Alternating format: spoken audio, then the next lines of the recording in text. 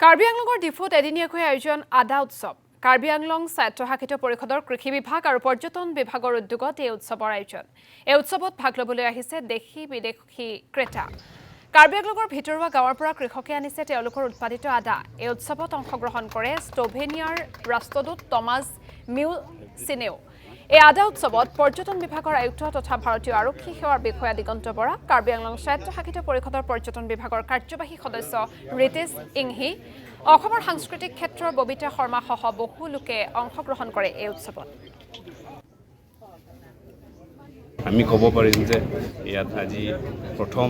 expo হিচাপে আমি exhibition হিচাপে আমি ক'ব পাৰিম যে স্মল ইজ বিউটিফুল সৰুকৈ হ'লে আমি ধুনীয়া কৰিব পাৰিম আৰু নেক্সট আপোনালোকৰ সহায় সুযোগ পালে আমি নিশ্চয় আমি কাৰ্বি আংলংখন যি ফাৰ্মাৰ গ্ৰোৱাৰসকলে যি আছে তেওঁলোকে আমাৰ ইয়াত কাৰ্বি আংলং আমি জিঞ্জাৰ আদাটো ইয়াত মানে ভাল হয় বুলি সকলোৱে আমি GI টেগো পাইছে কিন্তু ইয়াত মানে ফাৰ্মাৰসকলে ইয়াৰ কিছুমান আমি সিহঁতৰ লগত আলাপ আলোচনা কৰিছে যে তেওঁলোকৰ অলপ মানে কিছুমান মানে সন্তুষ্ট হোৱা নাই এইকাৰণে CMে আমাক ক'লে যে এই ফাৰ্মাৰসকলৰ লগত চব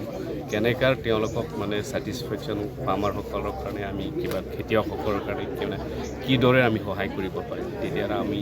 ইয়াত এগ্ৰিকালচাৰ ডিপাৰ্টমেণ্ট আৰু টুৰিজম ডিপাৰ্টমেণ্ট আমি অসম চৰকাৰৰ আজি আমাৰ কমিশ্যনাৰ আহিছে IPS দিগন্ত বৰা তেখেতৰ লগতো আমি আলাপ আলোচনা তেখেতসকলে আমাক থ্ৰু এডভাইচ কৰিছে যে কেনেকৈ বায়াৰ্ছসকলে আহিছে আজি টাটাৰ পৰা আহিছে আৰু নিশ্চয় আমি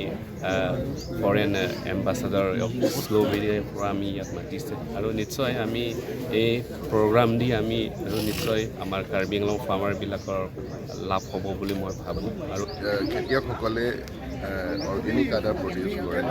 কিন্তু সেই ধৰণেৰে যিটো মাৰ্কেট পাব লাগে তেনেকুৱা মাৰ্কেট নাপায় যাৰ কাৰণে আমাৰ খেতিয়কসকলে যিটো পাব লগা মূল্য সেই মূল্যৰ পৰা বঞ্চিত হয় আৰু এটা সুন্দৰ আমাৰ পৰ্যটকৰ কাৰণে ইমান এখন সুন্দৰ ঠাই গতিকে এই জিঞ্জাৰ ফেষ্টিভেল পাতি এগ্ৰ' টুৰিজিম যাতে বঢ়াব পাৰে পৰ্যটকসকল ইয়াত আহে এইখন ঠাই চাই কেনেকৈ আদা প্ৰডাকশ্যন হয় কেনেকৈ অৰ্গেনিক আদা প্ৰডাকশ্যন হয় গোটেই প্ৰচেছটো গম পায় আৰু আজিকালি ইক' টুৰিজিমৰ খুব ডিমাণ্ড মানুহে আচলতে প্ৰকৃতিৰ মাজত থাকিব বিচাৰে প্ৰকৃতিক বিচাৰি যায় গতিকে এই জিঞ্জাৰ ফেষ্টিভেলৰ যোগেদি তেনেকুৱা ধৰণৰ পৰ্যটকক আকৰ্ষণ কৰাৰ কাৰণে